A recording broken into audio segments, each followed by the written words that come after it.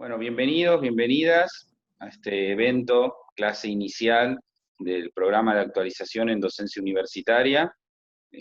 Vamos recibiendo a la gente en el aula, que es este Zoom abierto que tenemos, y esperamos ahora para empezar pronto la actividad, así que estamos dando unos 5 minutos para que ingresen. Mi nombre es Pablo Molina Artiano, yo soy uno de los coordinadores del programa, y estamos empezando este próximo martes, arrancan las actividades, así que bueno, esta es una actividad abierta para todos y todas, quienes forman parte, quienes van a ser cursantes y otras personas que bueno, no se han anotado y aprovechamos para invitarlos a que lo hagan, incluso también personas que lo hayan cursado en el pasado. Así que bueno, empieza entonces esta actividad, tenemos la honra de contar con Axel Didrikson, que es de la Cátedra UNESCO, que va a dar la conferencia inicial, y bueno, vamos a estar autoridades de la Facultad de Ciencias Sociales, Claxo, y los directores del posgrado, también FEDUBA, que es quien nos ha apoyado todos estos años desde la CONADU. Así que bueno, estamos esperando que vaya ingresando la gente, veo algunos panelistas que ya hemos visto en otras actividades del PADO, que hemos dado sobre uso de tecnologías en este contexto de pandemia, y ya en breve estaremos arrancando. Hola, ¿qué tal? Buenas tardes. ¿Qué tal, Axel? ¿Cómo estás? Muy bien, Alejandro, un gusto. Nicolás, soy Nicolás, pero con el usuario de Alejandro porque no logré conectar. Bueno, te pusieron ahí un sobrenombre. Entré solamente para saludarlos a todos, pero para saludarte especialmente a ti. Me da muchísimo gusto verte bien. Muchas gracias, muy amable. Bueno. ¿Qué tal, Pablo, Fede, Caro? ¿Qué tal? ¿Cómo estás, Nicolás? Bien, che. ¿Cómo están? ¿Bien? Bien, acá arrancando. Hola, Nicolás, ¿cómo andás? Bien, bien, bien. ¿Cómo están? Che, qué bueno, hay un montón de gente. Sí, en muchas partes, vemos gente incluso hasta de Tierra del Fuego. Y Qué también, bien. bueno, varias partes de América Latina, Qué ¿sí? bueno. Ecuador, Quito. Chile, ¿sí? Qué bueno, qué bueno. Colombia. Y es que bueno, hemos tenido Sí. muchos inscriptos y también en toda la región. Qué bueno. Bueno, a todos los y todas las que están ingresando ahora, bienvenidos a esta actividad, clase inicial del programa de actualización en docencia universitaria. Contamos con invitados de lujo para empezar la actividad.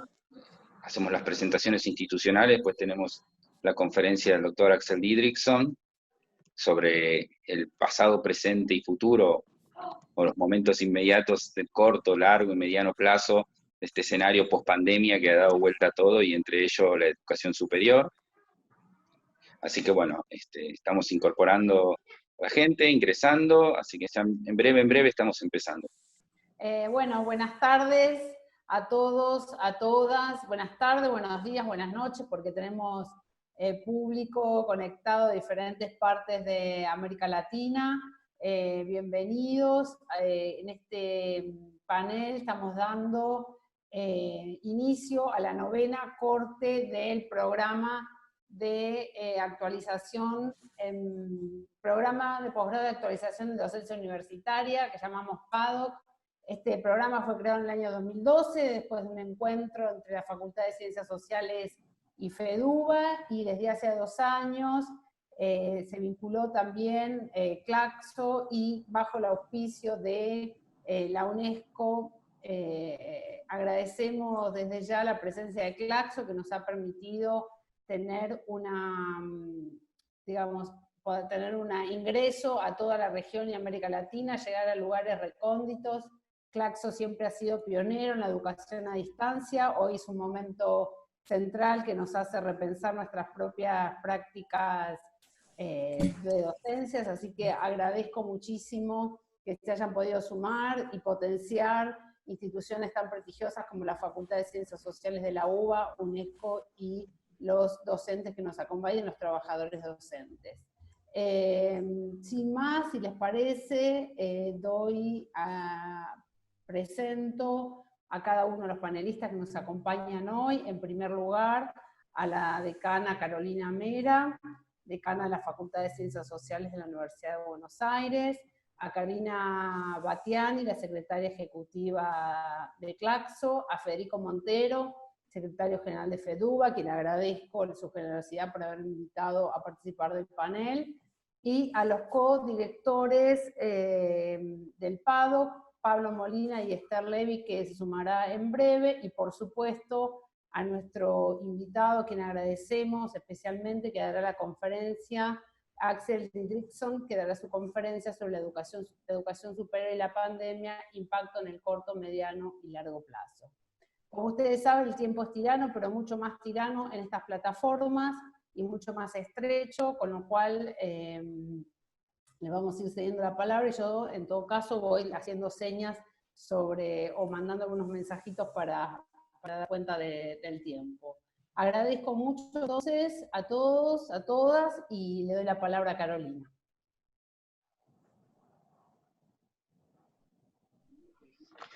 Bueno, buenas tardes a todos y todas. Axel, Karina, Pablo, Federico, Lorena, Alejandro, Sofía, bueno. Es un gusto, como decana de la Facultad de Ciencias Sociales, estar hoy participando de la apertura de lo que sería, si no me equivoco, la 9ª corte, ¿no?, del PADOC, que en estos 12 años que mencionaba antes Lorena, y 9 cohortes marca ya una identidad, marca una identidad que va a ir forjando de alguna manera un estilo, una escuela para pensar la educación superior y la docencia universitaria. Por eso en este contexto de pandemia me parece muy importante la apuesta, renovar esta apuesta. El COVID y los aislamientos sociales preventivos obligatorios, y en aquellos países de la región donde no los hubo, marca claramente la diferencia de cómo llevar adelante el cuidado de las personas. Esto está evidenciando, está explicitando las enormes desigualdades en todas las variables que existen en nuestro continente, y entonces decía, la presencia de los estados y de sus políticas públicas es lo que finalmente hace la diferencia. Y en este sentido me gustaría resaltar algo que se ha discutido en muchas de las cortes del PADOC, que es justamente las políticas públicas desde el Estado en relación a la educación y a la educación pública. Y en nuestro país, por ejemplo en Argentina, como para evidenciar diferencias con otros países de la región, tenemos un gobierno que lleva adelante una política pública que reivindica al Estado como interventor y diseñador de políticas para enfrentar estas situaciones generadas y agudizadas por la pandemia. En ese sentido, por ejemplo, la creación o la restauración, diríamos, ¿no?, del Ministerio de Trabajo, del Ministerio de Salud, del Ministerio de Ciencia y Tecnología, son herramientas institucionales del Estado justamente para avanzar en enfrentar de alguna manera este virus tan complicado que aqueja a la humanidad. En ese sentido, creo que el rol del Estado tiene, por un lado, estas herramientas institucionales, pero también marca un principio, los valores desde los cuales nos paramos a esta pandemia. Y justamente son aquellos estados liderados por gobiernos que han fortalecido el Estado, quienes además han puesto en el primer lugar del escenario la ética del cuidado, la ética de la salud pública, ¿sí?, como un elemento fundamental para tomar las distintas decisiones de gobierno. Y en este contexto es donde me parece muy importante hoy inaugurar otra corte del PADOC, porque todos estos elementos, la desigualdad, el rol del Estado, la ética y los valores, los derechos humanos, ¿no?, desde los cuales estamos construyendo y fortaleciendo nuestras democracias, por supuesto están y atraviesan la educación superior y la formación de nuestros docentes y de nosotros mismos como actores y actrices de la universidad. Por eso creo que hoy más que nunca hay que reflexionar sobre las distintas variables de la educación. Hoy seguramente Axel nos va también a poner en debate y en tensión algunos desafíos que nos hemos encontrado quienes gestionamos estas instituciones educativas, terciarias y universitarias. Esta necesidad de virtualizar nuestras currículas y nuestras prácticas pedagógicas, la necesidad de alguna manera de articular los derechos de unos y otras, ¿no? Porque estos cambios de realidades y de reglas tan rápidos nos pusieron también en escenarios políticos donde todavía no habíamos tenido la posibilidad de consensuar, ¿no? Con los gremios docentes, no docentes, con nuestros propios estudiantes y estudiantas, que son quienes cursan nuestras cátedras y con quienes tenemos de alguna manera un contrato, ¿no? Y todo esto se vio de alguna manera convulsionado, desordenado, con pocos recursos, venimos de gobiernos, bueno, en Argentina venimos, otros países de la región todavía lo sufren, gobiernos que han desmantelado el sistema público, que han atacado la universidad pública, que la han desfinanciado, y entonces en esa situación también tuvimos que salir a hacer frente a esta situación. Entonces digo, todo lo que tiene que ver con los derechos, las prácticas pedagógicas, los recursos, hoy en este contexto se vuelven, ¿no?, a cuestionar, a releer, ¿no?, a resignificar. Por eso creo que esta cohorte tiene una responsabilidad enorme para pensar creativamente, para pensar críticamente, porque además por la propia experiencia del programa en esta más de una década ya, lo cursan estudiantes y estudiantas de distinta origen, procedencia, con inserción en instituciones diferentes, por lo tanto cada uno y cada una puede volverse de alguna manera un replicador de ideas nuevas, creativas, críticas, para poder pensar estos escenarios. Así que yo, más que agradecimiento, ya Lorena dijo, para la Facultad de Ciencias Sociales de la Universidad de Buenos Aires, es un gusto trabajar con FEDUBA, es un gusto trabajar con Claxo, somos centro miembro y hemos hecho una cantidad de proyectos, uno más lindo que el otro, y por supuesto con UNESCO, y hoy tener la presencia además de Axel Didrikson para la conferencia.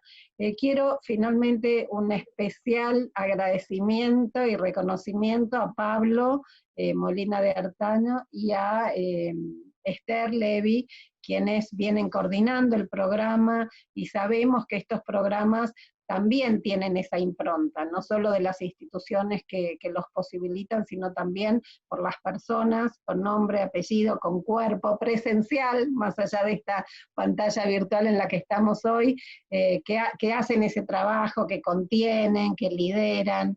Así que creo que ya 12 años es un aplauso y es un reconocimiento enorme desde la facultad, siempre muy orgullosos, y bueno, por supuesto Federico y FEDUBA de la casa ya, también mi reconocimiento y agradecimiento.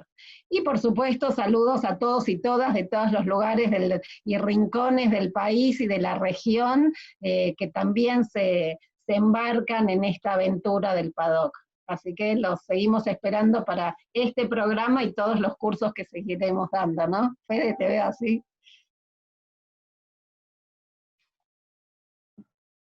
Ay, disculpen, y por supuesto a Lorena Soler, ¿no?, que es nuestra subsecretaria, y bueno, y Karina, ya nombré Claxo, un gusto siempre. Bueno, muchísimas gracias, Carolina. Nos alientan tus palabras a seguir llevando adelante estos programas, que claramente cuando hay tantas instituciones involucradas, es un trabajo de muchísima articulación, de paciencia, de política, y en ese sentido Pablo se lleva todos los galardones en poder también tener el oído, la sensibilidad política para también atravesar un programa más allá de las gestiones políticas que están en la facultad, y hemos podido entre todos darle continuidad a este programa. Así que sin duda también es ahí un agradecimiento. Si les parece bien, le doy la palabra a Karina, que va a hablarnos. Gracias, Lorena.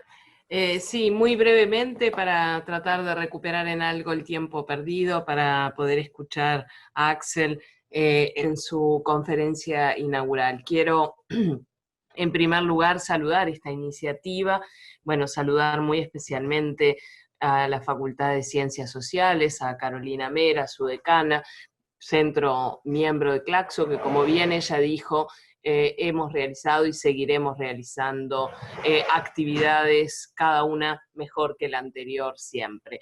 También saludar esta iniciativa, por supuesto, de FEDUA, de CONADU, y con el apoyo de UNESCO, en la figura de Pablo, bueno, de Esther, que todavía no ha ingresado, y de Federico Montero. Realmente para Claxo es una alegría poder estar hoy en esta sesión inaugural, en esta instancia de formación que es, como decía, parte de la alianza que tenemos, tanto con la Facultad de Ciencias Sociales de la UBA, como con FEDUBA y con ADU también, y por supuesto con UNESCO. Ustedes ya mencionaron que esta iniciativa tiene muchos años y que desde hace 3 años, esta es la tercera, digamos, Claxo se ha sumado a esta importante iniciativa, y eso ha permitido, entre otras cosas, como vemos hoy, además, entre quienes están presentes en esta actividad, potenciar la presencia de muchos colegas de América Latina y el Caribe, y es muy bueno porque eso nos permite pensar, reflexionar las experiencias más allá de la realidad local o nacional, y vincular también y traer otras tradiciones vinculadas a la enseñanza universitaria.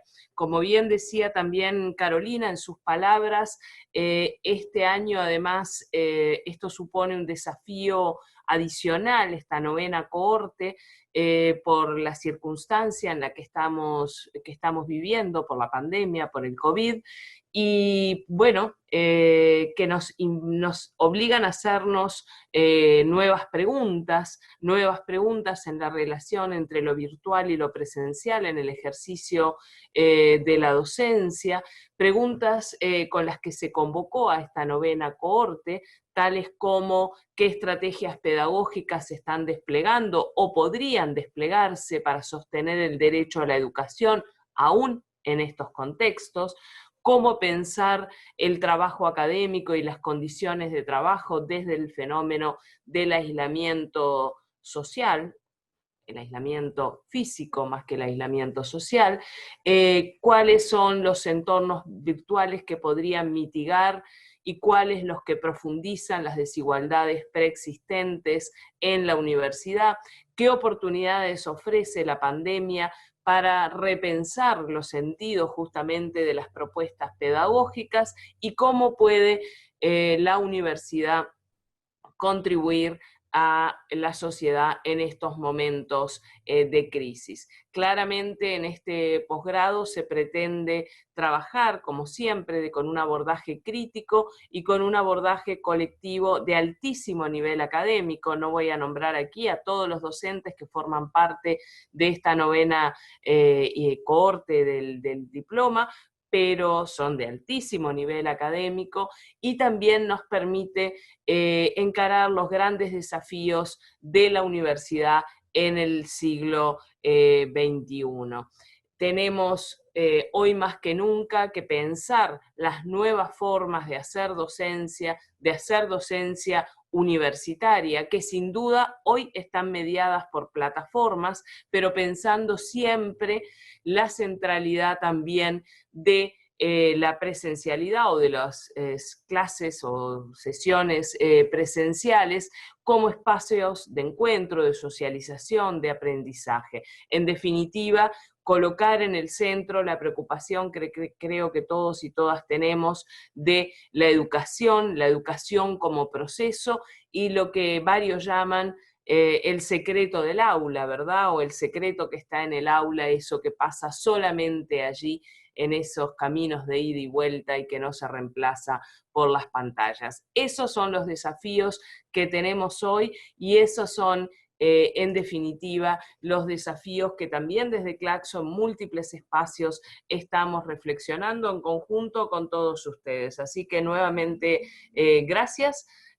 Para Claxo es un honor poder participar por tercera vez de esta iniciativa. Gracias Carolina, gracias Facultad de Ciencias Sociales, FEDUBA, gracias UNESCO, gracias Lorena también por todo tu trabajo y bueno, confirmo con los 265 participantes que tenemos en este momento de todas partes de América Latina que ese es el camino. Y qué decir de lo que vamos a escuchar dentro de un rato, ¿verdad? Escuchar a Axel Didrikson es siempre un privilegio y un placer.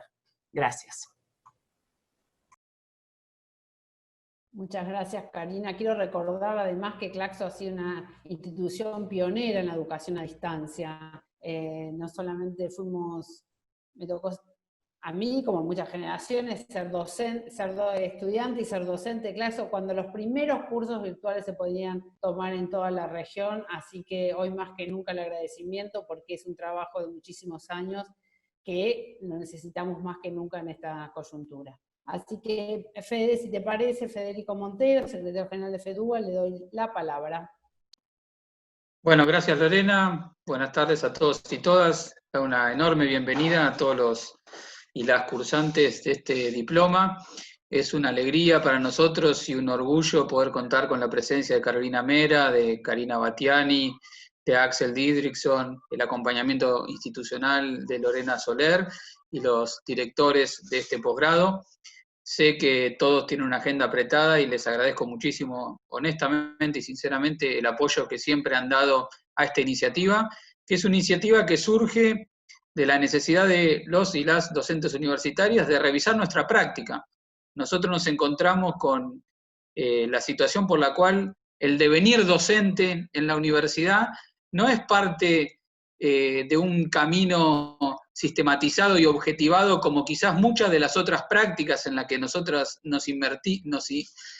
estamos inmersos, sino que el devenir docente resulta de distintos senderos, a veces accidentales, otros ni siquiera planeados y asociados a distintas dinámicas, pero que nosotros desde la perspectiva de ser un sindicato de docentes universitarios necesitamos fortalecer, dignificar, sistematizar y problematizar.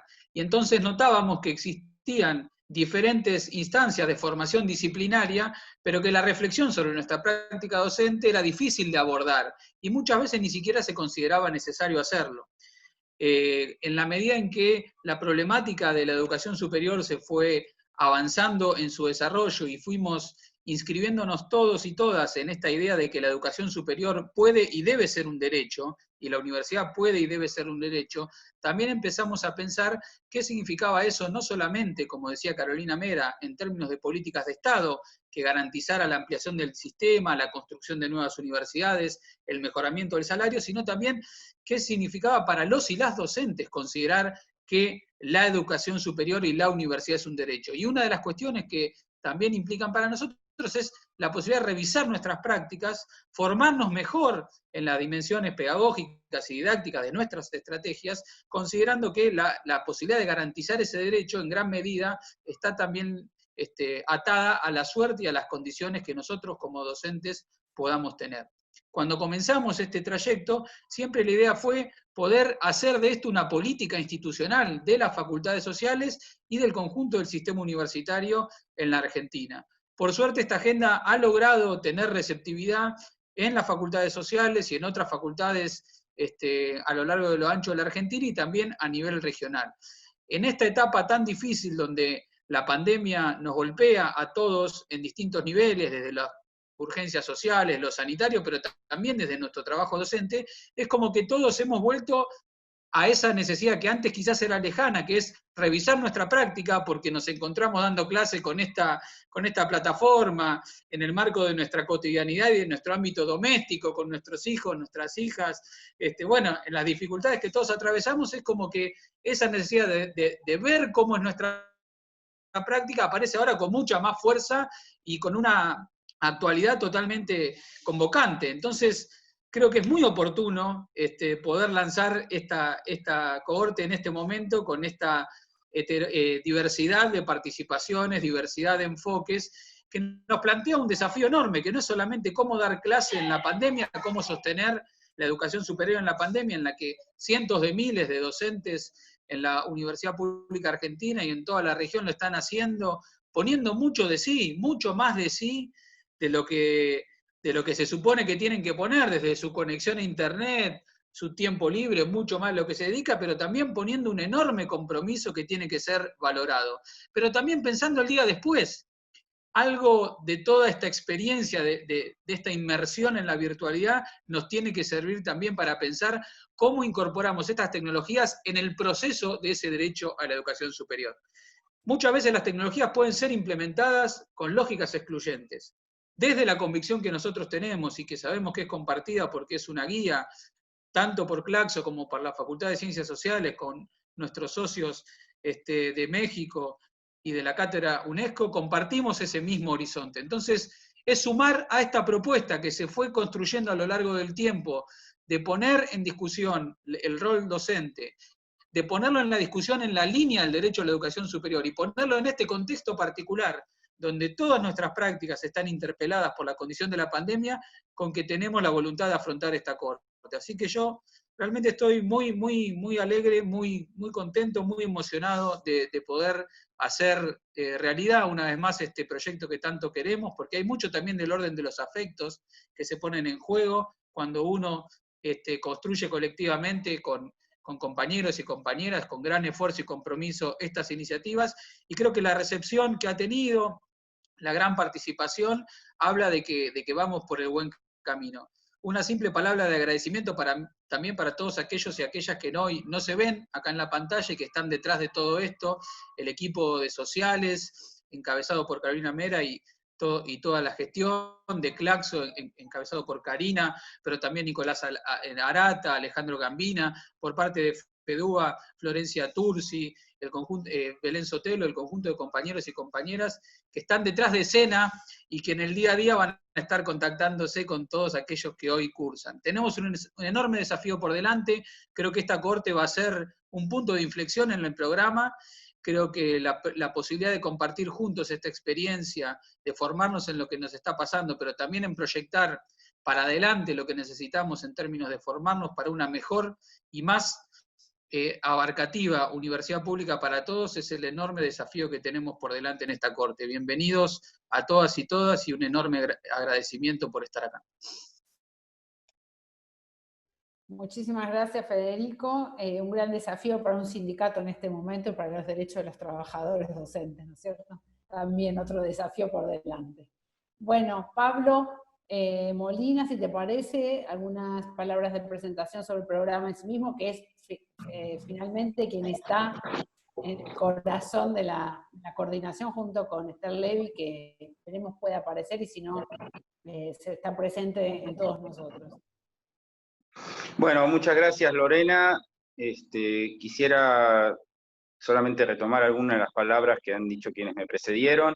Este es un programa que, como ven, está llegando ahora a su 9ª cohorte, que ha tenido muchos cambios, que ha sido el producto de algo vivo que fue nutrido mucho también por el trabajo de las autoridades, de quienes han cursado, de quienes conformamos el cuerpo docente, dirigentes, sindicales, es decir, todo un conjunto de apoyos que nos han permitido crecer en este desafío doble, porque el PADOC avanza sobre 2 líneas muy fuertes. Una, que ya un poco fue mencionada, esto que tiene que ver con el compromiso, tanto del sindicato como de los que conformamos el grupo de trabajo del PADOC, en la inclusión entendida desde el acceso, la permanencia y el egreso de la educación universitaria, las prácticas de los trabajadores y las trabajadoras docentes, y la construcción de esa inclusión como un concepto transversal, que atraviesa y que interpela desigualdades de género, desigualdades de etnia, desigualdades de clase y desigualdades regionales y territoriales que se nos hacen presentes siempre y que están dentro del aula,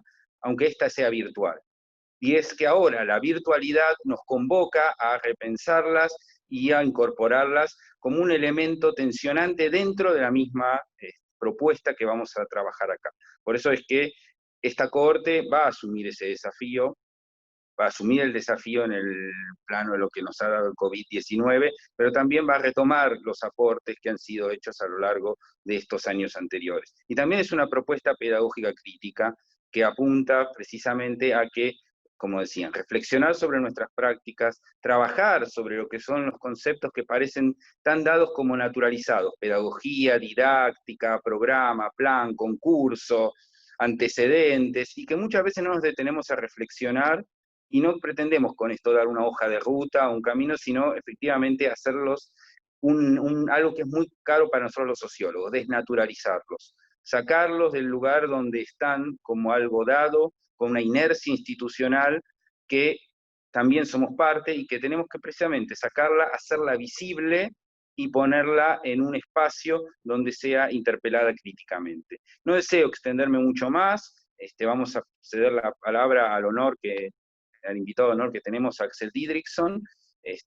Lamentablemente, bueno, esto no se pudo conectar, vamos a dejar, yo no voy a hacer mucho más avance sobre la intervención que iba a hacer ella, si podemos recuperarla después, voy a pedir que, bueno, que ella hable después de Axel, si no fuera así, bueno, sabe, como decía Lorena, ella nos acompaña mucho. Sí, agradecer nuevamente a Claxo, agradecer a la Cátedra UNESCO, agradecer a Carolina, a las autoridades, a Lorena, y también, bueno, mencionar a algunas personas que dan, como decía Carolina, cuerpo y alma a esto, que son Juan Miguel Aynorá, Verónica Mistrorigo, Fernanda Juarros, José Luis Bayer, y otros, Florencia Fireman, Ariadna Brita, Florencia Godoy, Catalina Krovner, Damián del Valle, que también dirige el otro, nuestro primo hermano, el ITD, Silvia Lenz, Bárbara García Godoy, y bueno, y quien les habla, y Esther Levy, que también estamos dentro de las cursadas. A todos ellos que conforman los docentes y tutores, y las autoridades, y el cuerpo de Secretaría de Posgrado, nuestro más sincero agradecimiento, porque en todos estos años han hecho posible esto, también para Claxo, que nos ha vinculado con un escenario regional mucho más amplio, y a la Cátedra UNESCO en este proyecto. Así que, dados todos estos agradecimientos, y no me olvido, por supuesto, de FEDUBA, que ha sido el motor de esta propuesta, con una visión bastante más integral y amplia de lo que suele ser la práctica sindical. Yo cedo ahora sí la palabra a Lorena y a nuestro invitado. Bueno, muchísimas gracias, Pablo. No quisiera dejar de nombrar a Julián Rebón, el secretario de Estudios Avanzados, finalmente quien ha también tenido la sensibilidad y ha posibilitado que sigamos adelante con este programa. Bueno, ahora sí, le vamos a hacer la palabra de honor a Axel, quien ha sido y seguirá siendo nuestro maestro, al que leemos y seguiremos leyendo con muchísima atención, y principalmente con quien nos hemos formado. Así que muchísimas gracias por acompañarnos, un honor tenerlo hoy acá y poderlo escuchar. Se tiene que desmutear el micrófono. Ahí se oye. Ahí está. Ya está, ¿verdad? Bueno, me siento verdaderamente abrumado por la cantidad de apoyos interinstitucionales, el esfuerzo colectivo, todo el engranaje que se ha mencionado con antelación, que representa el camino que realmente tenemos que seguir haciendo, y ustedes son un ejemplo que yo agradezco, y por supuesto me da un gran honor estar en esta cohorte del programa, porque esta conjunción de esfuerzos entre Claxo, la Universidad de Buenos Aires, en particular de la Facultad de Ciencias Sociales, la UNESCO, la Federación de Docentes Universitarios, las cátedras, en fin, todo este grupo tremendo que se ha nucleado alrededor del programa y que hace posible que yo tenga la posibilidad de interactuar con cientos de colegas de toda América Latina y por supuesto estar con ustedes en este gran proyecto. Realmente me abruma, pero me siento con una gran satisfacción y agradecimiento, por supuesto, de que me hayan invitado a comenzar esta nueva cohorte del programa. Así que muy agradecido a todas las instituciones presentes que se han mencionado con antelación. Muchas gracias por contactarme y reitero mi gran satisfacción y honor de poder intercambiar puntos de vista al respecto de lo que está ocurriendo en esta nueva oleada, un nuevo periodo que se abre para la educación superior, en el que tenemos que reflexionar de manera colectiva, como ustedes lo están haciendo, pero también de manera muy seria, porque los acontecimientos que se abren son altamente representativos de una crisis global, nacional, local, que tenemos que enfrentar desde una perspectiva novedosa, que no reitere lo que ahorita se está haciendo en muchos lados, que simplemente articular los programas formales a distancia en modelos duales, lo cual realmente ha creado más dificultades, mayor desigualdad, mayor exclusión en nuestros países, y tenemos que repensar muy seriamente las alternativas educativas, universitarias, pedagógicas, curriculares. Así que, en términos didácticos, quiero presentar mi exposición en 3 grandes periodos que los digo de inmediato para que quienes están presentes puedan seguir esta conversación. En primer lugar, lo que aconteció en el desarrollo de América Latina entre el año 2000 y 2015, como un primer periodo de expansión, de reorientación de la política pública, de redefinición en muchos sentidos de las currícula, de la creación de nuevas instituciones, de todo un proceso de replanteamiento de los del rol, del papel que juega la educación superior y universitaria en el desarrollo y la democratización de muchos países, y que tuvo un alcance tremendo. Este primer periodo, que va de 2000 a 2015, lo podemos caracterizar así, como de gran expansión, redefinición de la política pública y, por supuesto, también de cambios en la política pública y de una amplia movilización social, sobre todo de movimientos de mujeres, de movimientos estudiantiles, de movimientos de profesores, de sindicatos, de profesores de educación básica, que en muchos países tomaron la vanguardia en las condiciones de conflicto en algunos países de corte neoliberal, como por ejemplo en México y en otros, y donde podemos ubicar cómo llegamos en este periodo al 2008 a la ciudad de Cartagena, en la CRES, en la conferencia regional emblemática, en donde definimos una plataforma ideológica, político-programática, de plan de acción y una declaración que nos ha unido y que nos permitió integrar en condiciones como las que estoy hablando, de un dominio de la política pública en este proceso de expansión y redefinición a nivel de gobierno. Un segundo periodo claramente marcado comienza en 2016 y llega hasta el 2020.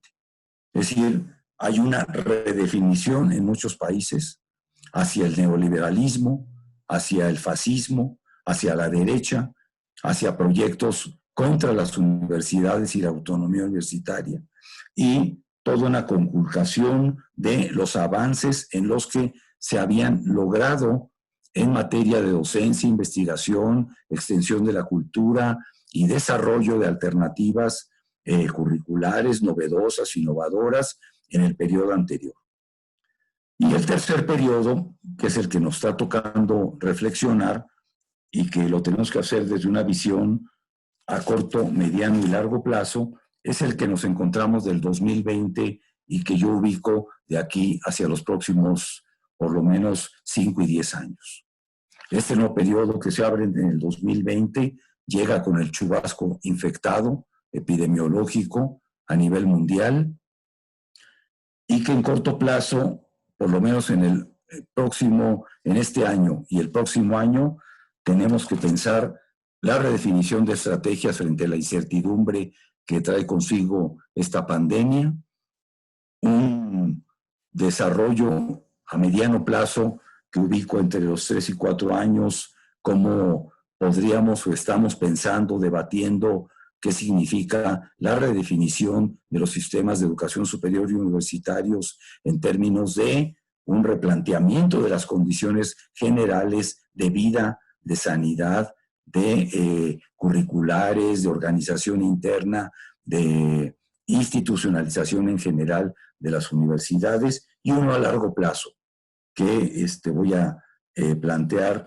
en el marco de cómo podemos llegar hacia una conferencia regional de educación superior para el 2028 con una redefinición de las plataformas tanto de contenidos cognitivos, curriculares, pedagógicos, institucionales, en la perspectiva de una nueva agenda latinoamericana que se nos va a presentar en el futuro de manera muy clara. Esta periodización como recurso didáctico la pongo así para solamente poner las tendencias, los marcos de política pública y, digamos, la fenomenología fundamental en cada periodo que se nos presentó en cada uno de ellos, como reflexión que hicimos en cada una de las CREs y también como perspectiva conceptual, epistemológica, metodológica, que definió muchos de nuestros quehaceres y actividades en redes, asociaciones, federaciones, sindicatos, etcétera, en América Latina y el Caribe. En este primer periodo, ¿qué pasó? Lo que tuvimos fue básicamente un incremento muy importante de la cohorte de 18 a 25 años, que prácticamente tuvo un crecimiento general durante la década, en donde, en términos desde, digamos, de finales de los años 90, la última reunión mundial de la UNESCO para acá, prácticamente casi se duplicó la matrícula por el incremento de las cohortes de educación secundaria que trajeron consigo la necesidad de ampliar la capacidad institucional y la redefinición institucional en las universidades e instituciones de educación superior de América Latina y el Caribe. Esto en medio de 3 fenómenos muy importantes que tenemos que enmarcar en este proceso de expansión y de creación de nuevas universidades. Uno, que se reprodujo de manera mucho más amplia la desigualdad y la exclusión de grandes sectores de la población. Al mismo tiempo que hubo este proceso de expansión, en este periodo hubo un proceso de exclusión de grandes sectores de población, sobre todo indígena, de población rural, de mujeres en situaciones de precariedad, un crecimiento de la planta académica también en condiciones de precariedad de tiempo completo, y que, por ejemplo, Pablo Gentili denomina un proceso de inclusión-exclusión, porque tuvimos estos 2 fenómenos: crecimiento de instituciones, ampliación de la matrícula, ampliación incluso del financiamiento en la política pública, redefinición de la política pública, innovación académica y al mismo tiempo una segmentación y una estratificación del sistema. Como fenómeno segundo, un crecimiento de la privatización y la mercantilización de la educación superior. América Latina creció por encima como tendencia de mercantilización de la educación superior, por encima de todas las otras regiones, es decir, de Asia-Pacífico, de Europa y de Norteamérica, en términos de privatización y mercantilización. Y el otro fenómeno que ocurrió fue la cada vez mayor credencialismo frente al crecimiento del desempleo y el subempleo juvenil. Estos fenómenos fueron complejizando la realidad universitaria en un marco, les digo, de inclusión, exclusión, mayor desempleo por las cohortes que inundaron mercados laborales profesionalizantes ya de por sí muy saturados y con pocas reformas en términos de currículum, de investigación o de innovación, aunque sí de crecimiento de política pública, como lo encontramos, por ejemplo, en países como Argentina, con la creación de 9 universidades públicas en el Gran Buenos Aires y en otros sectores, 18 universidades en Brasil, 4 universidades nuevas en Ecuador, 3 universidades indígenas en Bolivia, crecimiento de 2 universidades más en Uruguay, crecimiento de 7 universidades en Paraguay, incremento de la capacidad de retención y de trayectorias en todo Centroamérica, crecimiento de 50 y tantas universidades, instituciones de educación superior en México, es decir, una redefinición de la política pública que incluso trajo consigo el replanteamiento de esta misma política pública de manera muy, digamos, exitosa, antineoliberal y con fundamentos de democratización y de inclusión, hasta donde pudo llegar entre 2010 hasta 2016-17. Me refiero, por ejemplo, a las leyes orgánicas que se hicieron en Ecuador, las reformas en Bolivia, las reformas y el gran movimiento estudiantil en Colombia, las reformas en Chile, que plantearon no solamente movilizaciones estudiantiles, sino el replanteamiento de la lógica de las leyes que estaban favoreciendo en extremo a la privatización de la educación.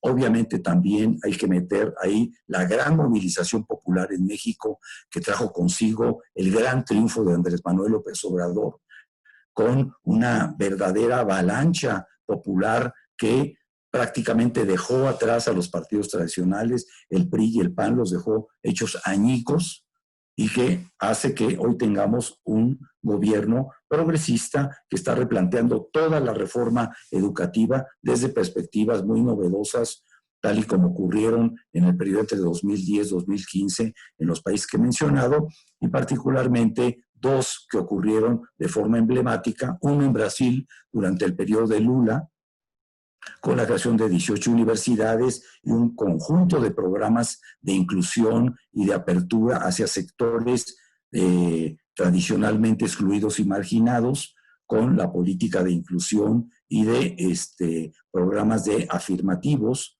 En Ecuador, con la ley orgánica durante el periodo de Correa, y en Argentina durante el periodo de los Kirchner.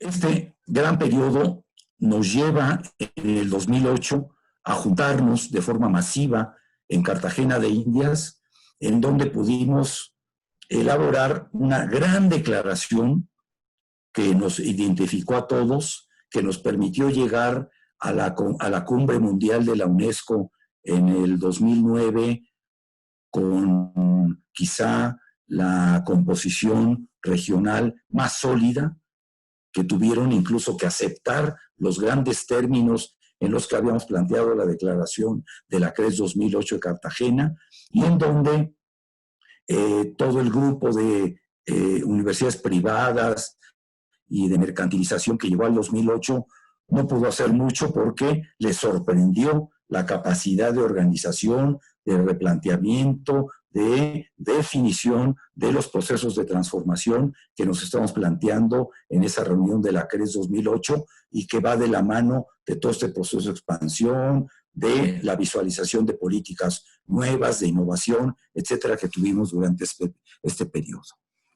Esta declaración 2008 por eso es importante, porque se engarza con este periodo muy importante de combate al neoliberalismo, a la privatización, a procesos de política pública hacia la inclusión, que no logra transformar el conjunto de los sistemas que básicamente están centrados en la docencia. En América Latina hay muy poca investigación en las universidades, son 3, 4, 5 países los que desarrollan capacidades en investigación científico-tecnológica. Me estoy refiriendo básicamente a Argentina, Brasil, México, un poco Colombia, quizá Perú en alguna manera, Uruguay, y fuera de eso es mucho más débil el panorama. Básicamente tenemos instituciones de educación superior basadas en la docencia. Por eso es tan importante este programa en el que estamos hoy conversando y definiendo una nueva cohorte, porque el replanteamiento de la docencia tiene que ser masiva desde las peculiaridades que hoy se ubican en el sector más importante de las universidades, de las instituciones de educación superior en la región. El nuevo periodo corta todo esto. 2016-2020 llega, digamos, el viraje a la ultraderecha en Brasil, en Ecuador, en Perú, en Bolivia, y queda otros países están como en una situación transitoria y confusa, no logran definir hacia adelante lo que habían planteado en el periodo anterior. Por ejemplo, me refiero a Chile, que entra en un periodo también como de impasse en lo que se había logrado, incluso a nivel de propuestas constitucionales por efecto de las movilizaciones de los estudiantes, y otros países también que quedan en esta situación.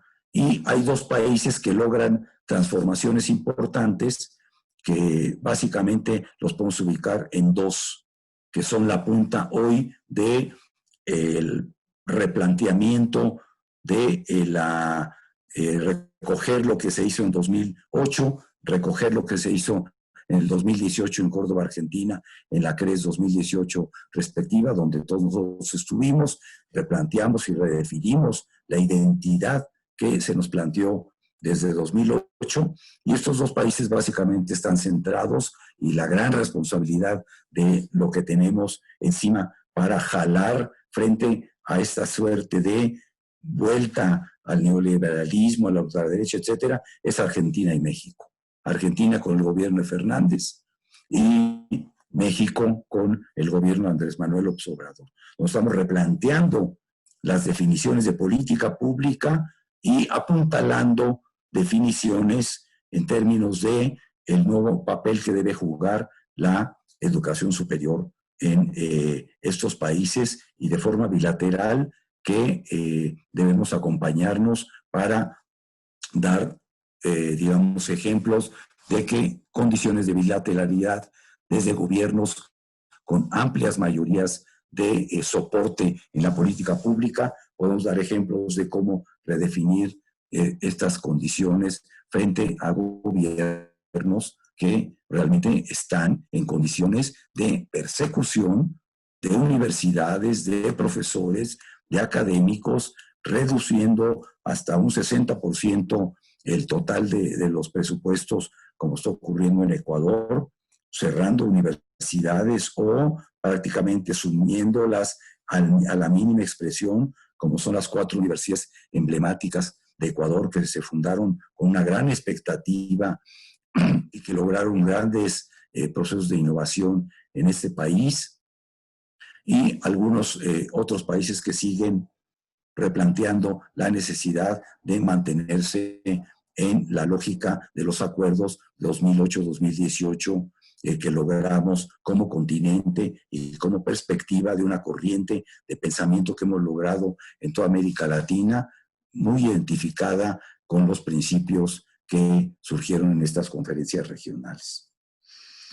Y cuando estamos, por lo menos en estos dos países y algunos otros que se están replanteando leyes orgánicas, política pública, reforzamiento de las currículas, replanteamiento de las innovaciones, impulso a políticas de crecimiento en la soberanía científica y tecnológica, en el replanteamiento, por ejemplo, como lo hace Claxo, de los procesos de evaluación de tipo tradicionales hacia modelos de evaluación donde las ciencias sociales y las humanidades toman la iniciativa de replantear criterios de políticas de evaluación y acreditación en términos de las ciencias sociales y las humanidades, como está pasando, por ejemplo, hoy en el gran debate que tenemos de una nueva política científica y tecnológica para lograr la soberanía científica en México, y como se está planteando incluso también en Argentina desde el Ministerio de Educación, como se planteó en una reunión muy importante que se tuvo en México organizada por Claxo sobre el mismo tema. Esto nos está conduciendo a poner al frente una sinergia muy novedosa entre las humanidades, las ciencias sociales, la ciencia y la tecnología, que replantea el conjunto de la actividad docente, de investigación, la cultura y el arte, en términos de mayores esfuerzos interdisciplinarios, de áreas nuevas del conocimiento y que nos permitan, por supuesto, rearticular currículas y plantearnos alternativas interinstitucionales y regionales de mayor altura y mayor visión. Cuando estábamos en esto, nos llega el chubasco epidemiológico y nos paraliza a todos. ¿Qué consecuencias tuvo prácticamente en todos los países? Ahorita acabamos de sacar un documento de 5 países comparados respecto a lo que ocurrió de manera inmediata con la pandemia a partir de prácticamente febrero, marzo, a la fecha. Estos 5 países que, digamos, comparamos son Costa Rica, Argentina, Brasil, Ecuador y México, en donde básicamente se optó por reproducir el esquema tradicional de currícula en aula a dispositivos a distancia, es decir, bajo modelos mixtos. Confinamiento de todos nosotros, la subordinación de actividades pedagógicas sociales que las universidades deberían de haber emprendido en materia de una educación social frente a una situación de crisis, que es lo que las universidades debemos de hacer frente a las crisis, porque son oportunidades educativas, pedagógicas y de replanteamiento de las relaciones sociales desde la perspectiva del aprendizaje. Esto no se hizo, simplemente se adecuaron los esquemas de presencialidad de los ciclos escolares, de cumplimiento de esta normatividad interna hacia la educación a distancia. Esto nos ha traído grandes problemas porque, en primer lugar, ha puesto alrededor, más o menos, es el cálculo que tenemos en toda la región, de un entre 56 y 60% en algunos países como de Centroamérica o del Caribe, entre un 56%, 60% de estudiantes que con el tránsito hacia los modelos a distancia prácticamente están excluidos de todo proceso de aprendizaje. Es decir, en unos meses, este grupo excluido, que no puede tener todo el tiempo en sus teléfonos celulares para estar 2-4 horas en sus cursos que antes llevaban en clase. No puede tener la relación maestro-alumno tal como la tenía para resolver sus problemas cognitivos. No tiene la comunalidad que te permite estar en un campus donde la interacción con los compañeros, con las compañeras, te permite resolver problemas de relaciones sociales, pedagógicos también, de contenido, de métodos, de lenguajes, etcétera, como lo permitía lo otro, y que tampoco tienen los instrumentos y que tampoco les sirven los cursos a distancia vía televisión, ni mucho menos vía radio. Que son además poblaciones entre, les digo, más de la mitad del conjunto de la población escolar que tenemos, mucho más de la mitad, que están en condiciones, además, de situación precaria familiar, donde su condición para poder interactuar a distancia, pues está llena de sus hermanos, de los papás que les dicen, vente conmigo a trabajar para poder sacar las cosas adelante, o en condiciones donde ni siquiera pueden ir 2 o 3 horas a un café internet para meterse a sus clases, porque todo esto cuesta. Es decir, hay una profundización de los procesos de exclusión por esta condición solamente de optar y de darle una salida pragmática a la situación pandémica por la vía de a distancia, pero que trae, ya estamos comprobando en estos sectores, ya tenemos algunos estudios empíricos al respecto, de que los procesos de aprendizaje de profesores y de estudiantes se han retrasado en los últimos meses por inercias, por confinamiento, por razones de buscar subsistencia, por razones de ver cómo le haces para optar entre el confinamiento y tener ingresos extras de algún tipo de cosa, como se dice, de chofer a Uber, repartir alimentos en casa, etcétera, etcétera, que ha traído consigo pues una irregularidad en los procesos cognitivos como los teníamos de manera tradicional en el periodo anterior, tal como lo he mencionado de forma así muy, muy gráfica, muy rápida. Entonces, ¿cómo estamos discutiendo al corto, mediano y largo plazo las salidas a la pandemia? Teniendo en cuenta la información que tenemos de unos 5 o 6 países de América Latina. Básicamente Argentina, Brasil, Uruguay, Ecuador, Perú, Centroamérica, quizá Costa Rica y México. En los datos que tenemos de esos países que hemos, sistematizado junto con la UNESCO, junto con GESALC, en el corto plazo, lo primero, es decir, el corto plazo lo estamos hablando este año y el próximo, básicamente tenemos 4 grandes tendencias en las que se está replanteando la discusión del retorno a la nueva normalidad, como se le llama en términos genéricos. Uno consiste en una gradual reorganización del espacio escolar a partir de las condiciones sanitarias. Es decir, por ejemplo, en Costa Rica, en las universidades públicas, no sé en Argentina si esta es también una medida ya tomada oficialmente, pero sé que se está planteando más o menos de forma similar como en otros países.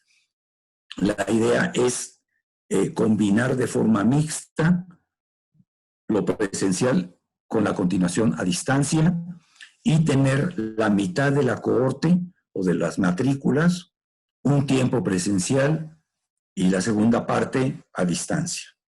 Este es más o menos el tipo de reorganización sin modificar el ciclo escolar. Esta cuestión de la modificación del ciclo escolar la subrayo porque deberíamos de plantearnos la modificación del ciclo escolar, pero lo estamos reproduciendo tal como si tuviéramos las clases normales, y esto nos parece que no es totalmente adecuado. Ya lo hemos planteado las autoridades en términos de que no es lo mismo mantener el ciclo escolar combinando a distancia con presencialidad, aún teniendo las cohortes divididas o las matrículas y el total de los estudiantes, de las y los estudiantes en tiempos diferidos, donde un salón de clases se va a dividir a la mitad y donde los profesores van a interactuar también en procesos de distancia y presenciales. Aquí, por ejemplo, en estos países, lo que conocemos es que ya se están desarrollando y ahí debería el curso en el que estamos hoy metidos replantearse como un problema fundamental en este programa, cómo replantearse desde el plano de la ausencia una redefinición de las tareas del docente en ámbitos híbridos más que mixtos. Porque hasta ahorita lo que se ha desarrollado son ambientes mixtos o duales. En algunos países se dice, vamos a desarrollar modelos híbridos, lo cual desde el plano conceptual y en términos comparados internacionales no es lo mismo. Nosotros estamos diferenciando conceptualmente el esquema mixto, que consiste en eso, presencialidad con distancia, con los modelos híbridos que existen a nivel internacional, que significan rupturas de los modelos mixtos. Lo híbrido significa el replanteamiento de los procesos interdisciplinarios, institucionales, organizativos y de áreas del conocimiento, de la relación docencia-investigación, de los procesos curriculares de manera distinta, en instituciones distintas, que no es lo mismo que reproducir simple y llanamente en la UBA la presencialidad con la educación a distancia. Ese modelo dual no es lo mismo que los modelos híbridos. Y el modelo híbrido requiere un replanteamiento también del papel de la docencia y de la investigación, porque redefine los papeles sobre los cuales se organizan los procesos cognitivos. Bueno, entonces, una tendencia inmediata que se está planteando es esta reorganización de los tiempos escolares y el apuntalamiento de los modelos mixtos, reitero, para subrayar que esta es la categoría, o los modelos duales en términos de las condiciones sanitarias que se están planteando desde los ministerios de salud. En estos países, por lo menos, lo que tenemos es que el regreso a clases va a ser el último sector de la sociedad y de la economía que va a tener esta nueva normalidad. Esto quiere decir que en este año nos vamos a ir prácticamente en confinamiento, en modelos mixtos, en este tipo de reproducción de las desigualdades y de las exclusiones, porque no se pueden repartir computadoras al 56% así de inmediato, ni tampoco simplemente con la pura televisión vamos a solucionar el problema. Entonces implica que el corto plazo por lo menos vamos a tener esta problemática nueva, distinta, muy complicada, muy difícil. Una segunda tendencia, junto con la generalización de los modelos mixtos o duales, es esto que habíamos dicho de la rigidez de la currícula y la docencia. Si nosotros no replanteamos las condiciones de precariedad de la mayoría del cuerpo docente, las condiciones sobre las cuales el grupo de tiempos completos y definitivos deben actuar en términos de redefinición de las prácticas pedagógicas, didácticas y curriculares, y contar con una política pública donde, por ejemplo, nosotros aquí en México estamos planteando que debemos intervenir las instalaciones de las escuelas privadas, que en México son muchas, en Argentina son menos, pero en otros como Colombia o Brasil, para utilizar todos los espacios institucionales escolares para la gran masa de estudiantes, sobre todo que se concentran en las instituciones públicas, y que hagamos responsables socialmente a las instituciones privadas y mercantiles. Aquí esto va a implicar una definición muy clara de la política gubernamental, que va a implicar, por supuesto, capacidades de negociación en términos de utilización de los espacios institucionales en todos los niveles. Esta es una hipótesis que estamos trabajando. En el corto plazo tenemos esta problemática a la que tenemos que darle salida, por lo menos reitero, en este año y hacia por lo menos la mitad del próximo semestre del que sigue. Tenemos una legislación, por lo menos en Argentina y México, que nos favorece para plantearnos una mejora continua del sistema de educación superior, que nos permitiría redefinir pautas hacia el mediano plazo en términos de política pública, de docencia, de investigación y de reinstitucionalización. Por eso en el mediano plazo, 2-3 años, estamos planteando las siguientes medidas como temas de agenda de la redefinición de la política pública e institucional de nuestras universidades. 1, trabajar modelos híbridos.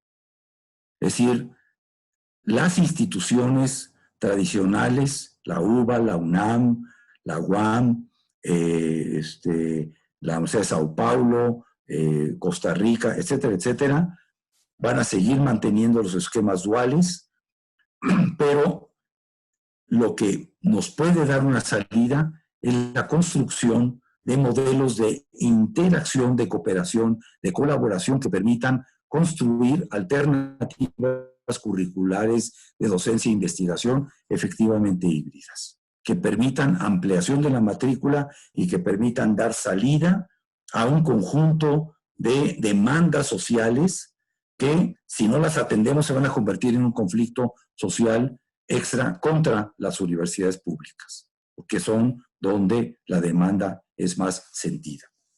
2, necesitamos ampliar los niveles de cooperación interinstitucional entre nuestras universidades.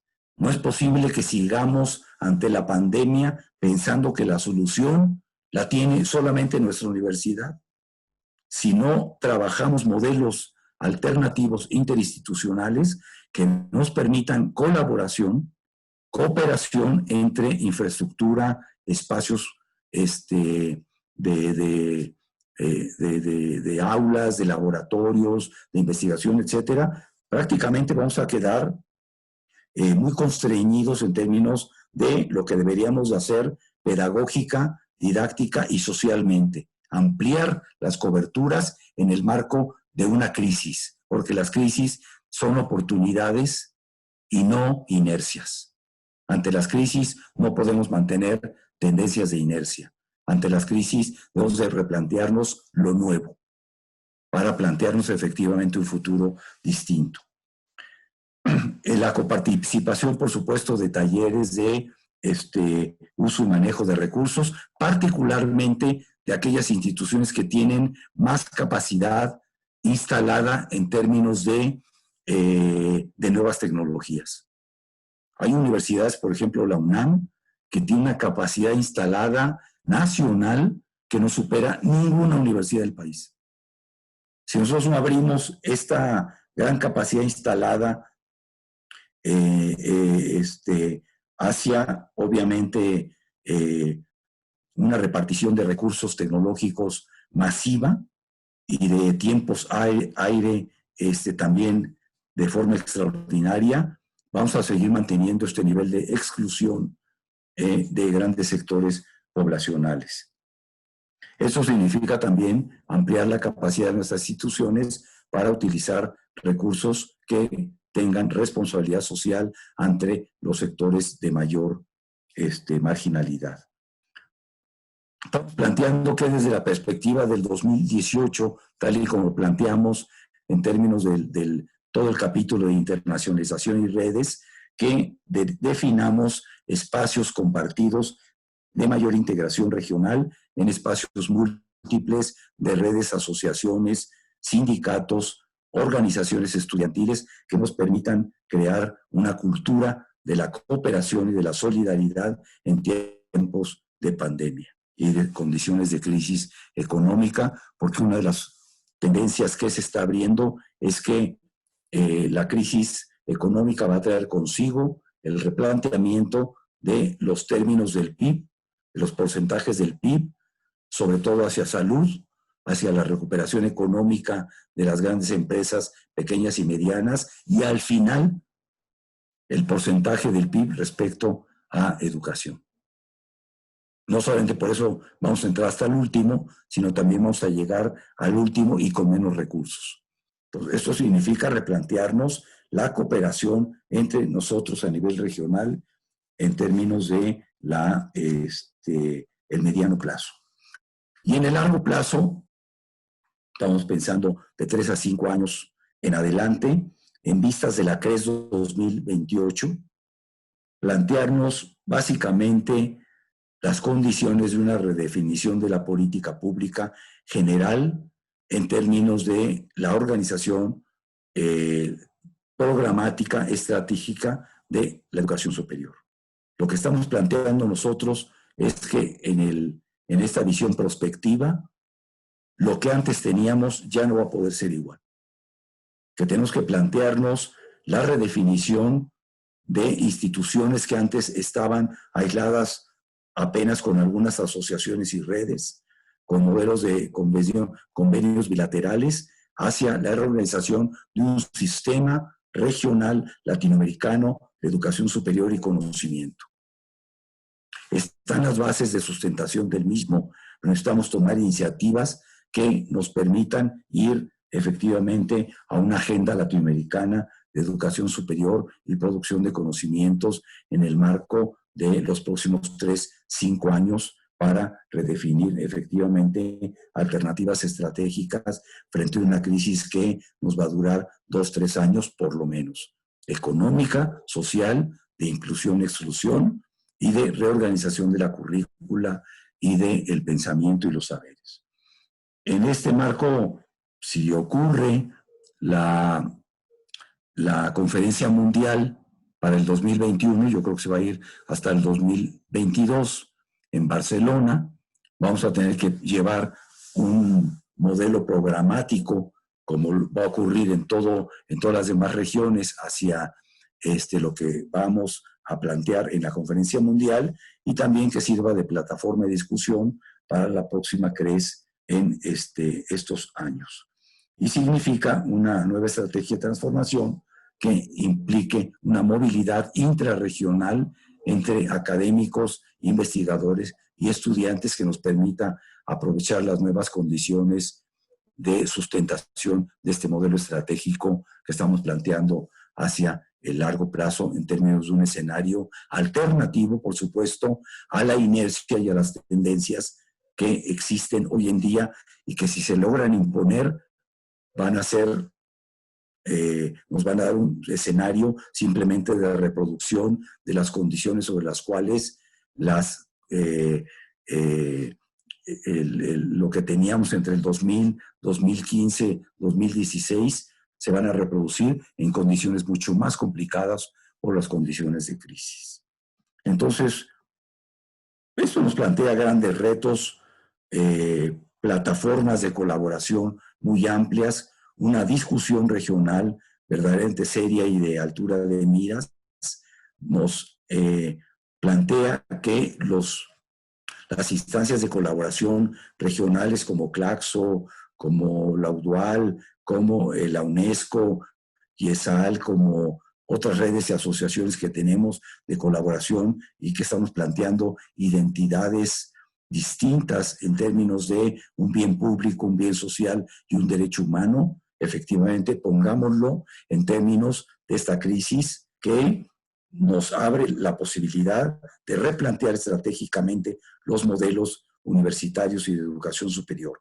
Porque si no, reitero, lo que vamos a hacer son modelos mixtos, duales, que nos van a conducir a inercias inaceptables que no podemos sustentar en términos del mediano y largo plazo, porque nos van a traer consigo condiciones sociales y económicas mucho más difíciles para toda la región y en particular para unos países. Es por ello que, con esto finalizo, hoy tenemos 2 países, lo planteamos planteamos en una reunión en Ciencia y Tecnología y otros colegas, de que tenemos dos países que podemos tomar grandes iniciativas, por lo menos ahorita bilaterales, para comenzar a replantearse niveles de cooperación y colaboración con dos gobiernos que por lo menos fueron votados, que están constitucionalmente afianzados,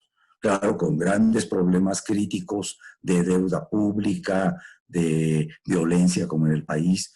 Ustedes han visto, se ha recrudecido terriblemente en México y condiciones de crisis económica muy severas, pero con una capacidad instalada en materia de educación superior, de ciencia y tecnología, como no la tienen algunos otros países. Ahorita tenemos que excluir a Brasil, por lo menos de aquí al 2021-22, por las razones que ustedes conocen. Pero es Argentina y México quienes podemos dar un pie hacia adelante, mostrando capacidades que nos permitan tener perspectivas de colaboración bilateral, bigubernamentales, con políticas públicas que logren desarrollar ejemplos de buenas prácticas y estratégicas que nos permitan la colaboración académica, interinstitucional, interuniversitaria, desde la perspectiva del bien común, del derecho humano y del bien público. Muchas gracias por su atención. Con esto cierro mi participación. Bueno, muchísimas gracias. Nuevamente nos deja un montón de preguntas, pero sobre todo la posibilidad de pensar a partir de nuevos paradigmas. Muy interesante lo de modelos híbridos, muy desafiante también poder pensarlo y salir un poco de cómo por el momento estamos reflexionando en torno a la dualidad, ¿no? O estos esquemas mixtos y pasar a un nuevo paradigma sobre los modelos híbridos. Así que bueno, muy interesante, muchas preguntas, muchos desafíos para seguir pensando en los sistemas educativos. Pablo va a recoger algunas preguntas del público y bueno, con eso después iremos cerrando, porque no, esto tiene un tiempo, ¿no? ¿Son 2 horas o a mí? Sí, ¿verdad? Son 2 horas. Bien. 2 horas hasta las 8. Perfecto. Entonces de Argentina. Claro. Algo así como unos 28 minutos, 27 minutos más. Así podemos dar un cierre, le damos la palabra a Karina para que haga un cierre, si les parece. Así que las preguntas, Pablo, y después vamos pensando en cerrar. Bueno, no hay muchas preguntas, pero sí hay unas que han tenido que ver con esto, precisamente los híbridos, los modelos híbridos ha llamado bastante la atención, incluso piden algunos como cuál sería la diferencia entre modelo dual o modelo híbrido. Por ahí nos habrá una referencia en los estudios culturales y todas las culturas híbridas, que tal vez estuvo reflotando por ahí. Pero bueno, la pregunta entonces un poco sería si se puede explayar un poco más sobre esto, ¿no? Sobre las diferencias entre los modelos duales y los modelos híbridos. Bueno, lo que estamos planteando es que hay que diferenciar conceptual y programáticamente, orgánicamente, los dos modelos en términos de las instituciones de educación superior. Por modelo dual es lo que tenemos y es fácil de comprender, que es la combinación en sistemas organizacionales que por país van a ser, de acuerdo a las condiciones sanitarias, llevados a cabo con mucha precaución, con gran cautela y de manera seriada, muy organizada, pero los modelos duales o mixtos son la combinación de tiempos de estudio de un ciclo escolar o de una currícula de planes y programas entre lo presencial frente a grupo, docente frente a grupo, y esa misma materia de continuación en plataformas virtuales. Eso es lo que llamamos los modelos mixtos. Las experiencias internacionales que tenemos en Asia, Pacífico, por ejemplo, Japón, China, Corea, Malasia, incluso en Europa, en términos de las universidades básicamente de investigación, en donde, por ejemplo, todas las experiencias del de las plataformas, de las plataformas organizativas escandinavas, Suecia, Noruega, etcétera, y en algunas que se han desarrollado, digamos, como ejemplos de modelos híbridos en América Latina, significa el planteamiento de una universidad distinta. Es decir, donde hay una amplia participación de las nuevas tecnologías, pero entendidas como plataformas múltiples de aprendizaje. Es decir, no solamente la clase presencial a distancia, sino el uso de las nuevas tecnologías en todos los ámbitos, en grupos de trabajo, en conferencias como esta, en chats, en procesos de organización de proyectos, en proyectos de asesoría, en cursos tipo MOOCs gratuitos a nivel internacional, etc. Es decir, los modelos híbridos utilizan las nuevas tecnologías no solamente para reproducir el programa de estudios presencial, ahora a distancia, sino se plantean en plataformas múltiples de uso y manejo de estas nuevas tecnologías de forma múltiple. Es decir, están permanentemente actuando en todas las condiciones en las que se pueden aprovechar. Los procesos presenciales son distintos porque se utiliza básicamente la currícula desde clase invertida. Es decir, las plataformas múltiples híbridas a distancia, en la parte presencial, en los modelos híbridos, son para tocar los aspectos fundamentales de los procesos cognitivos y del desarrollo de proyectos. Y tercero, los modelos híbridos básicamente se apoyan en una capacidad de sistemas tutorales y básicamente en proyectos de investigación. Entonces, esto es totalmente distinto a simplemente reproducir el modelo tradicional de una clase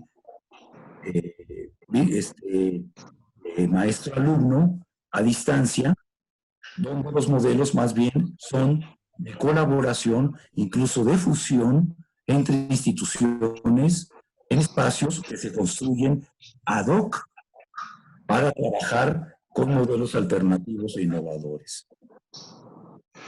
Bueno, estoy bastante claro. Pero es desafiante este concepto de híbrido, no, la verdad que nos ha generado mucho, sobre todo para pensar cómo llevar adelante el proyecto pedagógico, ya donde en una situación en que la tecnología se nos cayó encima, ¿no? Tuvimos que habituar nuestras prácticas en un contexto de emergencia. Otras preguntas también que tenían que ver, bueno, una sobre si había antecedentes de una situación similar, yo que no recuerdo, pero bueno, por ahí el profesor Axel tenga alguna, no creemos que haya, y otras que preguntaban, bueno, en qué medida también acá tenía que ver con el hecho de cuánto la tecnología puede ayudar en los casos de restricciones territoriales, ¿no? O sea, creo que es difícil, sería como un ejercicio de ucronía, pero pensar, bueno, si no hubiéramos estado en esta situación, es decir, en qué podría haber llegado. En Argentina tenemos un antecedente del programa Conectar Igualdad que permitió el acceso a muchos hogares por primera vez de una computadora personal, pero bueno, si podemos ver esto, que yo creo que se reformula un poco en qué aspectos positivos podríamos tener con esta modalidad a distancia, teniendo en cuenta las restricciones territoriales, ¿no? Que menciona en la pregunta de alumnos que no pueden llegar a las universidades. No, sin duda, por ejemplo, donde estamos en este momento, ¿cómo podríamos organizar de la noche a la mañana, digamos, por decirlo de una manera coloquial, una conferencia con 300 invitados al mismo tiempo, si no tuviéramos las nuevas tecnologías? Efectivamente, nos permiten lograr capacidades múltiples de acercamiento y obviamente hay que aprovecharlos al máximo, porque si no, esta reunión no la pudiéramos haber hecho en Claxo Digo, primero tenemos que hacerlo con un auditorio muy grande, con muchos auditorios, con condiciones de simultaneidad, etcétera, etcétera. Es positivo el uso y manejo de las tecnologías. El problema que notamos son dos. Que el aprovechamiento de las nuevas tecnologías no repita, porque para eso no sirven en exclusividad. La clase no la puedes reproducir si no está el maestro viéndote cara a cara en un proyecto pedagógico.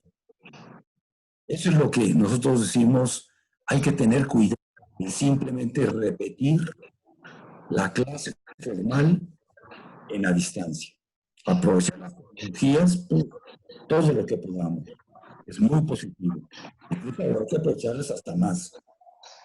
En proyectos de investigación conjunta, en programas asociativos y redes, en programas conjuntos de interregionales o internacionales, etcétera, etcétera. O sea, hay muchas maneras de continuar aprovechando todo el manejo de las plataformas. Y que nos está preocupando mucho es que, digamos, muchos de nuestros estudiantes sí tienen capacidad de estar 3, 4, 5 horas frente a su computadora, trabajando con el maestro, leyendo, mandando apuntes, mandando un ensayo, lo revisa el profesor y a través de la computadora y las plataformas estas, se puede lograr. Pero vivimos en una región con un nivel de desigualdad y de exclusión tremenda. Entonces, ¿qué hacemos con los chicos, con las chicas que no tienen la capacidad de estar 2, 3 horas por condiciones de hacinamiento familiar?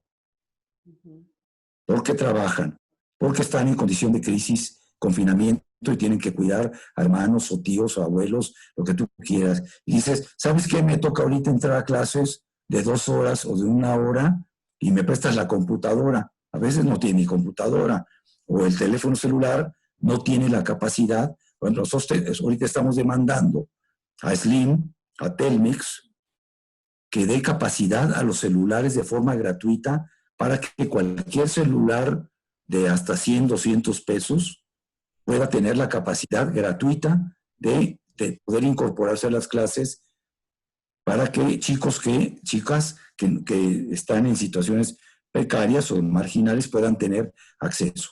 Slim tiene Telmex en México y Claro en América Latina. Digo, una exigencia como esa no le va a quitar ni un pelo a Slim ni a su compañía si brinda gratuitamente horas aire, como el programa que me dices de Argentina. Aquí también se está instalando ya desde la UNAM y otras instituciones una oferta gratuita de conectividad, pero obviamente falta que repartamos computadoras de bajo costo, pero de buena capacidad, gratuitamente, para que ampliemos este modelo mixto, por lo menos en el corto plazo. Irnos hacia modelos híbridos significa el aprovechamiento de las tecnologías, pero también el replanteamiento de la docencia y la investigación en términos de la organización de nuevas universidades. Te reitero, no quiere decir que desaparezcamos la UBA, es una tontería. Lo que implica es crear alianzas estratégicas para fusionar áreas de investigación, de conocimientos y de innovación en instalaciones que podamos compartir bajo modelos híbridos. Es un poquito esto distinto, pero implica ampliar la capacidad de la oferta, de la demanda y además innovar en perspectivas estratégicas donde podemos responder mucho mejor a los nuevos desarrollos y a las crisis que tenemos encima. No hay ningún referente que yo conozca que hayamos tenido en la región o en el mundo donde tantos millones de personas estamos en esta situación. Por eso, en las medidas que yo he estado ahorita conversando a mediano y largo plazo, subrayo que la pandemia es global. Incluso en las últimas declaraciones de la Organización Mundial de la Salud está diciendo que lo peor que viene hacia los próximos meses va a estar concentrado en América Latina, que va a haber un reciclamiento más o menos positivo en Europa y en Asia, pero que en América Latina nos va a llegar una expansión. Es lo que dice la OMS. Y esto es así, tenemos que plantearnos que las universidades deben coadyuvar a procesos de aprendizaje social desde perspectivas estratégicas distintas. Si no, ¿quién lo va a hacer? Simplemente reproducir modelos mixtos no solucionan verdaderamente las capacidades que tenemos que afrontar para hacer de algo inédito una perspectiva distinta en nuestra región. Y si nos toca bailar con la más fea, como decimos, en términos coloquiales, pues tenemos que afrontar las condiciones de solución de esta problemática. Bueno, hay bastantes más preguntas, han estado surgiendo, se han animado, algunas con el tema de la discapacidad, con, bueno, cuáles son los desafíos, pero creo que hay una que sintetiza un poco y que quisiera, que es esto de, bueno, se ha mencionado que México, Argentina tienen ciertas condiciones ventajosas en este proceso, y bueno, han preguntado con el resto de la región cómo podría esto exportarse, o cómo podría vincularse. Creo que es una pregunta muy amplia, podemos tirar un par de líneas, y sobre todo hay una mención importante sobre el modelo chileno de alta privatización y en qué medida es un obstáculo y que esta situación termina haciendo aún más fuerte la desigualdad. Así que es una pregunta muy amplia, creo yo, pero podríamos decir 2 o 3 líneas, ¿no? Sí, en 2 o 3 líneas. Si ahorita ve uno el panorama regional, dice, Bolivia, tienes que esperarte a las elecciones y ver qué pasa en una condición de inédita también, de gran confrontación social. En las elecciones uno no puede esperar nada de este gobierno. Brasil, hasta las próximas elecciones, yo no esperaría absolutamente nada de Bolsonaro, sino al contrario, una persecución mayor contra las universidades, como está ocurriendo de manera drástica. Centroamérica está en una condición muy difícil económica y de desigualdad, y otros países más o menos están en situación así. ¿Qué gobiernos tenemos hoy electos democráticamente, con una amplia mayoría, con una sustentabilidad democrática y además pensando en alternativas incluyentes, interculturales, de perspectivas de política pública incluyentes y de mayor? Pues yo solamente veo Argentina y México. Nosotros llevamos aquí 2 años, acabamos de cumplir 2 años, va bien. La gran mayoría, a pesar de los esfuerzos de la ultraderecha y de la reacción y de la violencia y de grupos armados, etcétera, que están realmente poniéndonos en condiciones muy difíciles, la población que votó por Andrés Manuel se sigue manteniendo mayoritaria y los programas sociales siguen siendo amplísimamente exitosos. Becas para estudiantes pobres, becas para estudios y trabajo, no reducción de presupuestos para las universidades, apoyo a las iniciativas de innovación en las instituciones de educación superior, etcétera, etcétera. O sea, hay buenas condiciones para plantearse alternativas nacionales. Pero, como decimos, si no cooperamos, si no intercambiamos posibilidades, solitos no podemos, frente a una crisis tan grande como la que tenemos encima. Entonces nuestra mirada está, y creo que también la mirada de Argentina podría estarlo hacia México y entre los 2 países.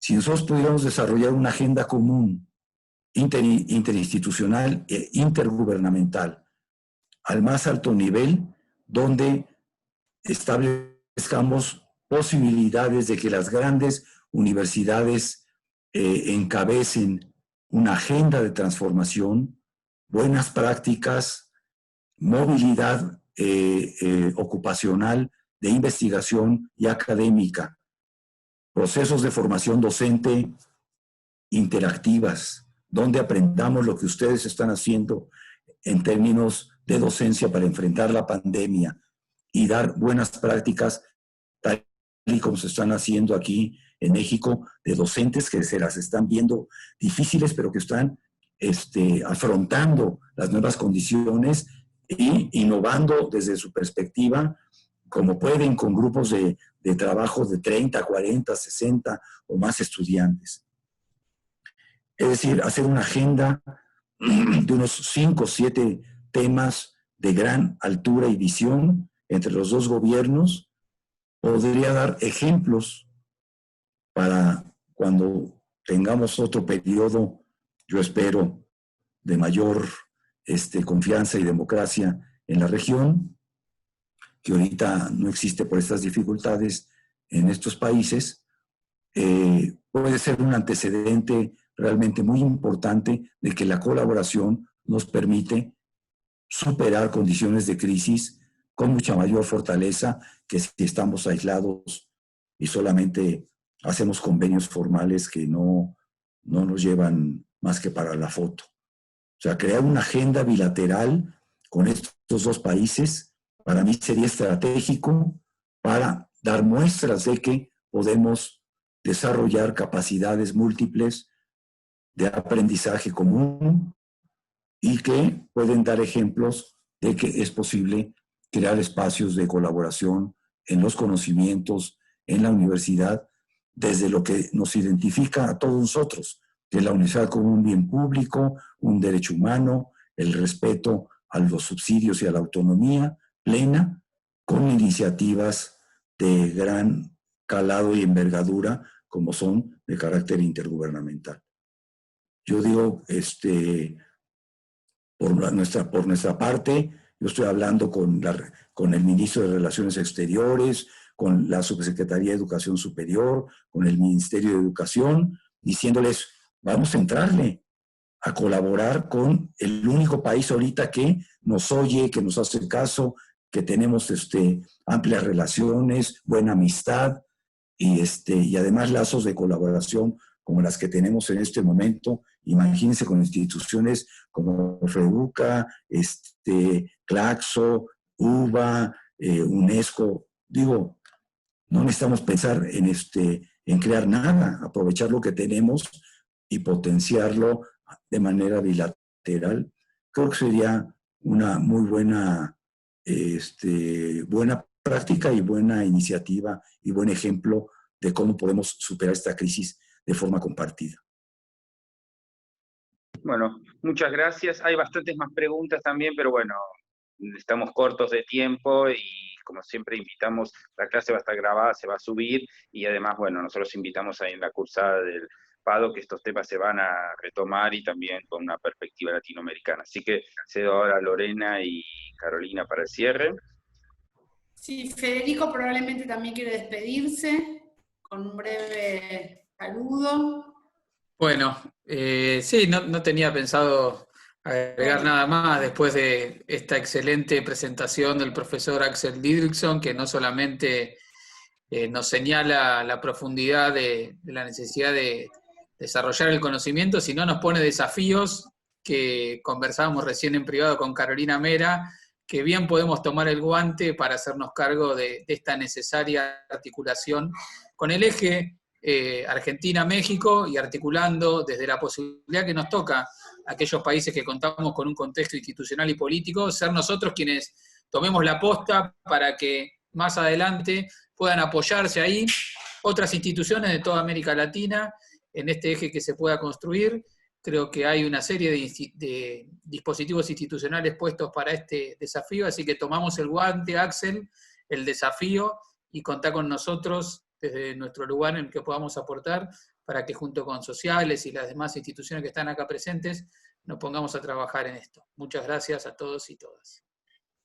Bueno, muchísimas gracias. No va a ser la primera vez que Argentina y México tienen relaciones de hermandad, ¿sí? Tan ricas en nuestra historia, en nuestro pasado. Gran parte de las intelectuales más importantes de Argentina se han formado en México, en la nefasta década del 70, pero que sin duda ha sido ese un espacio de acogida para muchos perseguidos políticos. Así que ojalá podamos de otro lugar, en espacios democráticos, pero reactivar esos lazos de cooperación cultural e intelectual.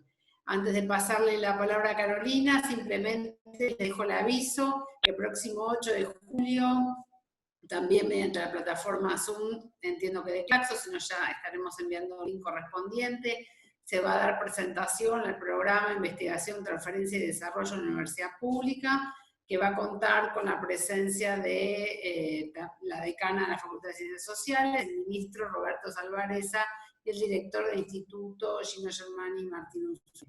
Así que el 8 es otra cita obligada para todos aquellos que estamos pensando en estos procesos de transformación de la educación en contexto de aislamiento social y de pandemia generalizada. Carolina, te cedo la palabra para que nos despidas. Sí. Bueno, simplemente felicitar, creo que es un excelente inicio con una cantidad de reflexiones y de escenas a debatir y a pensar, y por supuesto retomar el guante que acaba de traer Federico. Yo escuchaba la presentación y pensaba qué desafío y estamos a la altura, no solo porque tenemos esa sintonía en nuestros gobiernos y en los principios que guían el modelo, ¿no?, inclusivo de educación y de educación superior específicamente, sino también porque nuestras universidades, y especialmente la Universidad de Buenos Aires y la Facultad de Ciencias Sociales, ya tienen modelos híbridos. Y que tienen que ver con, muchas veces, inclusive la falta de recursos nos lleva a esto, ¿no? No podemos, por ejemplo, ante esta pandemia que nos agarró tan de repente, la Facultad de Ciencias Sociales con 25.000 estudiantes, no tenía ninguna posibilidad de acudir a un sistema sincrónico como sí hicieron otras universidades más chicas.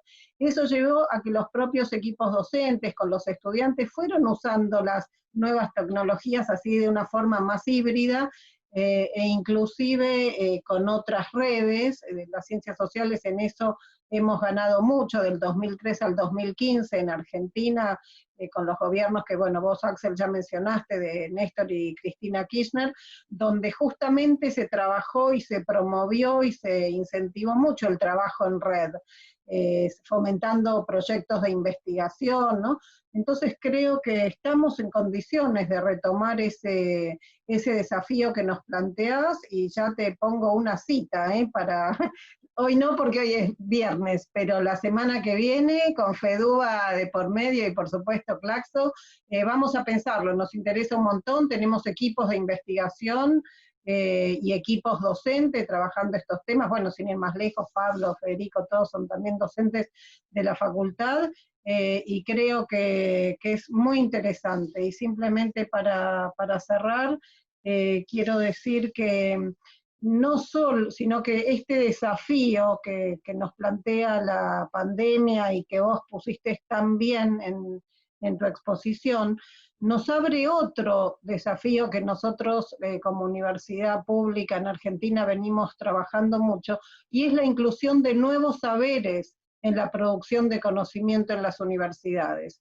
Salir del corset del conocimiento científico, ¿no?, como el conocimiento hegemónico, sino no avanzar hacia ese diálogo que incluya otros saberes. Y nos parece que este momento de esta crisis, así como por un lado nos invita, digamos, a trabajar en este esquema más híbrido, más interconectado, interinstitucional, y etcétera, también en ese interinstitucional incluir otros actores, bueno, que vos mismo mencionaste, Axel, ¿no?, los movimientos de mujeres, los estudiantes, por supuesto los sindicatos, y entonces ahí sí podremos decir que hemos salido distintos de esta crisis sanitaria.